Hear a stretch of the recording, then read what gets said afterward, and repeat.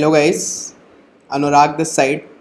So basically आज हम discuss करने वाले हैं डीएमआई फाइनेंस के इंटरव्यू प्रोसेस के बारे में।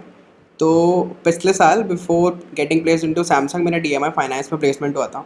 तो काफ़ी बच्चे मेरे से पूछ रहे थे कि सर डीएमआई फाइनेंस के बारे में बता दो, क्या क्या प्लेसमेंट प्रोसीजर होता है, क्या क्या करना होता है, कैसे होता है। तो डीएमआई फाइनेंस बेसिकली एक दिल्ली बेस्ड स्टार्टअप है और ये एनबीएफसी है, एक नॉन बैंकिंग फाइनेंशियल कॉरपोरेशन है। तो इसमें बेसिकली क्रेडिट सिस्टम होता है, मतलब लोन ले सकते हो तुम, उसके बाद ईएमआईज पे कर सकते हो, इस टाइप की चीज़ें होती हैं। और काफ़ी ग्रोइंग स्टार्टअप है। अ, चटर्जी सर इसके बेसिकली सीईओ हैं। काफ़ी ग्रोइंग स्टार्टअप है। तो अगर आप लोगों की कॉलेज में डीएमआई फाइनेंस आ रही है तो ये वीडियो काफ़ी ज़्यादा रेलेवेंट होने वाली है आपके लिए, क्योंकि इसकी इन्फॉर्मेशन और भी कहीं अवेलेबल नहीं है ज़्यादा, मतलब गीक्स फॉर गीक्स पे कोई इंटरव्यू एक्सपीरियंस नहीं है, क्योंकि basically it's a relatively new company, नया स्टार्टअप है, तो इतना कोई मतलब फेमस इसका इंटरव्यू प्रोसेस नहीं है। तो इस वीडियो में हम पूरा इन डेप्थ देखने वाले हैं कि इस वीडियो में मतलब इस कंपनी में क्या क्या होता है। तो मैं अपना बताने वाला हूँ, मतलब पिछले साल का क्या सीन था इस कंपनी का। तो Harcourt butter technical university Kanpur में आई थी कंपनी, जो कि मेरा कॉलेज है। और परसेंटेज क्राइटेरिया था उसका 65%। 65% क्राइटेरिया था फॉर द ईयर 2019, मतलब पिछले साल के लिए 65% पे आई थी, कि मतलब जिन लोगों के 65% से ज़्यादा परसेंटेज है या फिर इक्वल टू 65 भी है तो वो लोग बैठ सकते हैं इस कंपनी में। और ब्रांचेस कौन कौन सी अवेलेबल थी? ब्रांचेस थी ओपन टू ऑल, सारी ब्रांचेस के लिए खुली थी, मतलब किस ऐसा नहीं था कि सीएसआईटी के बंदे बैठ सकते हैं, बस सारी ब्रांचेस के लिए ओपन थी। और 65 प्लस परसेंटेज पे आई थी। तो परसेंटेज क्राइटेरिया चेंज हो सकता है इस बार, मे बी कम परसेंटेज पे आए या ज़्यादा परसेंटेज पे आए, तो वो तुम लोगों को देखना होगा खुद से अपने कॉलेजेस का कैसे होता है। मोस्टली ओपन टू ऑल ही होती है, ठीक है। तो अब हम बात करते हैं हायरिंग प्रोसेस की, ठीक है। तो अगर हम हायरिंग प्रोसेस पे आएँ तो बेसिकली हायरिंग प्रोसेस का पहला स्टेप है इसका ऑनलाइन असेसमेंट। ऑनलाइन असेसमेंट मतलब, अब सबसे पहले डीएमआई क्या कराती है? एक ऑनलाइन असेसमेंट कराती है। उस ऑनलाइन असेसमेंट में दो पार्ट होते हैं बेसिकली। पहला पार्ट होता है एप्टीट्यूड पार्ट और दूसरा पार्ट होता है कोडिंग पार्ट, ठीक है। तो जो उसका एप्टीट्यूड राउंड होता है, it contains medium to hard level aptitude questions. मतलब एप्टीट्यूड उसका ठीक आया था, मतलब ऐसा नहीं कह सकते कि बहुत ईजी आया था, ठीक आया था, मतलब मीडियम से हार्ड के बीच में वेरिंग लेवल ऑफ डिफ़िकल्टी के क्वेश्चन पूछे गए थे, ठीक है। तो अगर किसी का सही है एप्टीट्यूड तो कोई दिक्कत नहीं होगी, मतलब ये क्रैक करने में। तो मीडियम से हार्ड लेवल के एप्टीट्यूड पूछे गए थे। और फिर सेकेंड पार्ट जो था इस ऑनलाइन असेसमेंट का, वो था कोडिंग पार्ट था। तो ये कोडिंग पार्ट तो बहुत ही ज़्यादा बेसिक था, very basic coding questions like patterns के क्वेश्चन पूछे गए थे, बबल सॉर्ट का क्वेश्चन था। मतलब अगर कोई किसी ने प्रोग्रामिंग एक बार भी ढंग से करी है तो बबल सॉर्ट और यार पैटर्न तो it's a piece of cake. तो अगर तुमने प्रोग्रामिंग कर रखी है, मतलब अगर तुमने डेटा स्ट्रक्चर्स पढ़ रखे हैं ना एक बार, तो कोडिंग राउंड की तो तुम टेंशन ना ही लो। मतलब अगर पिछले साल जैसा होता है तो बिल्कुल टेंशन मत लो कोडिंग राउंड की, क्योंकि कोडिंग राउंड हो ही जाएगा तुम्हारा। क्योंकि अब बबल सॉर्ट इम्प्लीमेंट करने में 2 मिनट लगते हैं जिसने डेटा स्ट्रक्चर पढ़ रखे हैं, ठीक है। और जो लोग दूसरे ब्रांचेस के हैं, तो बेसिकली कोडिंग राउंड उनके लिए भी मैंडेटरी है। ऐसा नहीं है कि अगर तुम मैकेनिकल से हो तो तुम्हें कोडिंग राउंड नहीं देना पड़ेगा। सो तो वो तुम लोगों को मैनेज करना पड़ेगा, या तो बेसिक कोडिंग सीख लो। ये पैटर्न्स और बबल सॉर्ट वगैरह जो चीज़ें हैं, ये बहुत ज़्यादा बेसिक चीज़ें हैं। अगर तुम कोई भी प्रोग्रामिंग लैंग्वेज सीखोगे तो सबसे पहले एरे सिखाएगा तुम्हें, एरे के बाद फिर सॉर्टिंग सिखाएगा। तो सॉर्टिंग में बेसिकली बबल सॉर्ट वगैरह आ जाता है, बहुत ज़्यादा बेसिक चीज़ें हैं। और अगर तुम किसी सॉफ्टवेयर की कंपनी में जाना चाहते हो तो तुम्हें वैसे भी बेसिक नॉलेज होनी चाहिए कोडिंग की, ठीक है। तो थोड़ा बहुत पढ़ लो, मतलब कोडिंग, अगर तुम्हारे कॉलेज में कंपनी आ रही हो और तुम इसमें इंटरेस्टेड हो। जो लोग सी एस आई टी के हैं उनके लिए तो काफ़ी आसान है ये निकालना, मतलब कोई दिक्कत वाली बात नहीं है, ठीक है। तो ये ऑनलाइन असेसमेंट हो जाता है।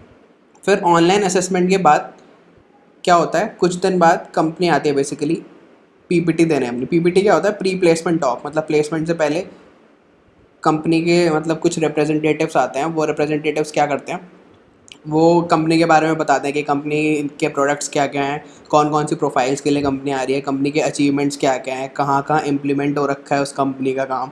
ये सब चीज़ें बताते हैं, मतलब एक तरीके से they will brief you about what the company does and what are its requirement, ठीक है। तो मेरे टाइम पे ये दो लोग आए थे। तो पहला तो थे सौरभ निगम सर। तो सौरभ निगम सर बेसिकली डीएमआई फाइनेंस के सीटीओ हैं, चीफ टेक्नोलॉजी ऑफिसर हैं। और काफ़ी मतलब पढ़े लिखे हैं। यहाँ पे देख सकते हो IISc से पढ़े हुए हैं, तो he is a like genuine person. और दूसरा HR आई थी, एक रिचा सिंह मैम थी। तो दोनों के लिंक मैंने दे दिए हैं डिस्क्रिप्शन में, मतलब ये पूरा डॉक ही शेयर कर दिया है डिस्क्रिप्शन में। तो वहाँ से तुम जाके देख सकते हो, लिंक्डइन पर रिक्वेस्ट भेज सकते हो अगर तुम चाहते हो तो। वैसे तो उससे कुछ फ़र्क नहीं पड़ता, ठीक है। तो they give a brief discussion about what the company is, achievement क्या है कंपनी की, प्रोफाइल एंड स्टफ, ठीक है। तो जब ये प्री प्लेसमेंट टॉक हो जाती है, उसके बाद ऑनलाइन असेसमेंट जो तुम्हारा हुआ है उसका रिजल्ट अनाउंस होता है कि ऑनलाइन असेसमेंट में कौन कौन से बच्चे पास हुए हैं। तो अगर तुमने एप्टीट्यूड राउंड उसका सही सही कर दिया है, कोडिंग राउंड सही सही कर दिया है, तो you can expect yourself to be like eligible for the next round. तो नेक्स्ट राउंड क्या है? नेक्स्ट राउंड है ग्रुप डिस्कशन। तो जो बंदे ऑनलाइन असेसमेंट पास करके आ गए थे वो ग्रुप डिस्कशन में पहुँचे। All the shortlisted candidates of the online assessment are eligible for the group discussion. Eligible candidates are divided into groups. अब काफ़ी सारे लोग होते हैं तो क्या करते हैं, ग्रुप्स में डिवाइड कर देते हैं। और GD के 2 राउंड होते हैं, ठीक है। तो ग्रुप डिस्कशन के 2 राउंड होते हैं। और होता क्या है, GD के टॉपिक्स बेसिकली करंट अफेयर्स के थे। जैसे मेरे टाइम पे क्या था, उस टाइम पे आधार का काफ़ी चल रहा था कि आधार सेफ़ है या नहीं है, मतलब और उस और से और ज़्यादा सेफ़ कैसे बना सकते हैं। और फिर जम्मू एंड कश्मीर का कुछ कॉन्स्टिट्यूशन अमेंडमेंट आया था उस टाइम पे, तो वो था मतलब करंट अफेयर, तो उसके ऊपर GD हुआ था। तो बेसिकली करंट अफेयर्स के रिवॉल्व आसपास से रिवॉल्व कर रहा था पूरा का पूरा GD। और इसके लिए मैं यही सजेस्ट करूँगा कि मतलब you can go you can go to Google and search for current affair topics GD के लिए, तो तुम्हें मिल जाएंगे। बेसिकली वो पढ़ लो। और जनरल टॉपिक्स, कुछ कुछ GD के जनरल टॉपिक्स होते हैं, जैसे फेमिनिज्म हो गया है, ऐसा कुछ है। तो जनरल टॉपिक्स होते हैं GD के, वो भी एक बार पढ़ जाओ। तो अगर एक बार तुम पढ़ जाओगे तो थोड़ा सा आइडिया हो जाता है। आइडिया कैसे हो जाता है कि मतलब तुम्हें कुछ कुछ पता है, तुम वहाँ पे बोल पाओगे उसके सामने। मतलब जो भी तुम्हारा GD जज कर रहा है उसके सामने तुम कुछ कुछ बोल पाओगे, तो काफ़ी सही रहता है अगर तुम्हें कुछ पता हो पहले से। हवा में तीर मारने से अच्छा है कि कुछ पढ़ के चले जाओ, ठीक है। और फिर GD के 2 राउंड हुए। पहले राउंड में कुछ बंदे एलिमिनेट हुए, सेकंड राउंड में कुछ बंदे एलिमिनेट हुए। तो फाइनली GD के 2 राउंड के बाद जब बचे थे लोग, उनका टेक्निकल कम HR इंटरव्यू हुआ था। मतलब एक ही इंटरव्यू हुआ था, वो टेक्निकल भी था और वो HR भी था, ठीक है।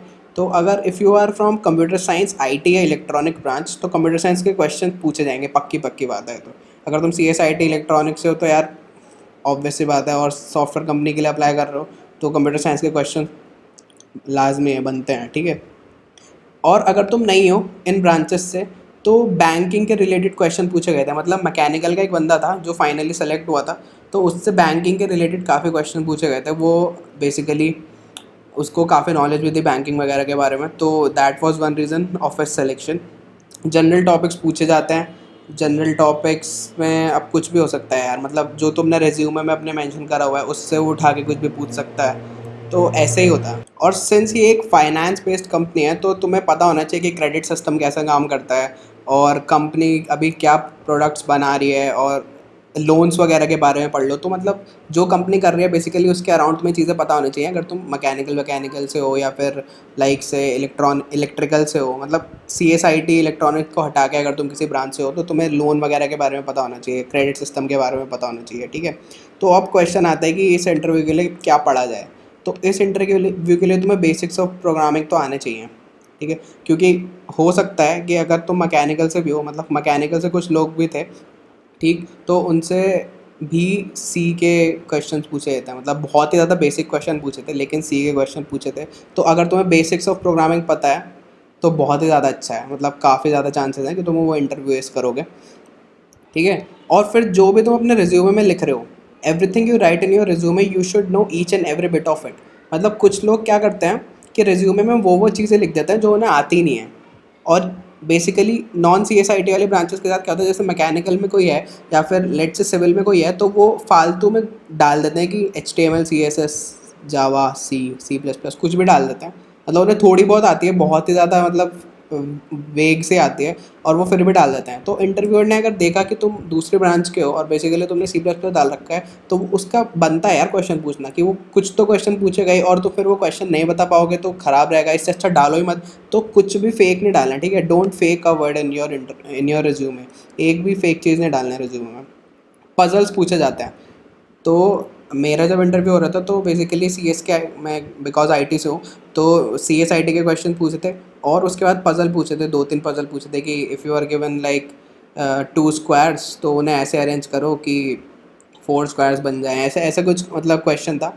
एग्जैक्टली मेरे को याद नहीं है। तो इस टाइप्स के पज़ल पढ़ने के लिए तुम गीक्स फॉर गीक्स पे जा सकते हो। गीक्स फॉर गीक्स पे पज़ल का सेक्शन है पूरा, वो अच्छे से कर लो तो that would be enough for the puzzle round, ठीक है। और बेसिक कोड लिखने के लिए भी कहा जा सकता है तुम्हें। You may be asked to write some basic code, it would be great if you know the basics of programming. जैसे मैंने पहले कहा था कि अगर तुम्हें प्रोग्रामिंग के बेसिक्स आते हैं तो काफ़ी सही रहेगा, ठीक है। तो बेसिक्स ऑफ प्रोग्रामिंग तो यार करके जाना, मतलब ये मैं सजेस्ट करूँगा पूरा। और तुम्हें कोई बेसिक कोड लिखने के लिए भी कह सकता है, जैसे मे बी मान लो कि रिवर्सल एरे बहुत ज़्यादा बेसिक चीज़ है, वो बोला जा सकता है तुम्हें, ठीक है। If from C S I T से हो, अगर तुम सी एस आई टी हो तो डेटा स्ट्रक्चर्स तुम्हें पढ़ने हैं। सी एस आई टी के लिए डेटा स्ट्रक्चर्स मस्ट हैं। अगर तुम C S I T branch से हो तो डेटा स्ट्रक्चर तुम्हें पढ़ के जाने ही जाने हैं। और मतलब यही नहीं है कि बहुत ज़्यादा डेप्थ में पढ़ के जा रहे हो, इम्प्लीमेंटेशन पढ़ के जा रहे हो, नहीं। तुम बस बेसिक बेसिक पढ़ जाओ, लेकिन तुम्हें पता सब होना चाहिए। अब मान लो वो कहते हैं कि how to traverse a link list, तो तुम्हें वो बेसिकली पता होना चाहिए। बहुत बेसिक सवाल है लेकिन पता होना चाहिए, ठीक है। जैसे हैश मैप में कॉम्प्लेक्सिटी पूछ ले अगर तुमसे कि एवरेज टाइम कॉम्प्लेक्सिटी क्या होते हैं किसी भी वर्ड को सर्च करने की, तो ये सब पता होना चाहिए, ठीक है। और सब्जेक्ट, कोर सब्जेक्ट्स जैसे ऑपरेटिंग सिस्टम और डी वी एम एस, ये दो सब्जेक्ट पढ़ लेना, ठीक है। जैसे मेरे से पूछ लिया था कि लिंक लिस्ट का एक क्वेश्चन पूछा था और difference between stacks and heaps, मतलब हीप मेमोरी और स्टैक मेमोरी में क्या फ़र्क होता है, ये पूछा था मेरे से। तो ये ओवरऑल था यार कि मतलब डी एम आई फाइनेंस का कैसे इंटरव्यू प्रोसेस होता है। तो I think 6-7 student short list हुए थे, मतलब एंड तक मतलब रहे थे, उनका प्लेसमेंट हो गया था। तो यही है। अगर तुम्हें और कोई डाउट है तो नीचे कमेंट सेक्शन में पूछ लो, इंस्टाग्राम का हैंडल मैंशनड है, उस पर जाके पूछ लो। और all the best for the interview guys.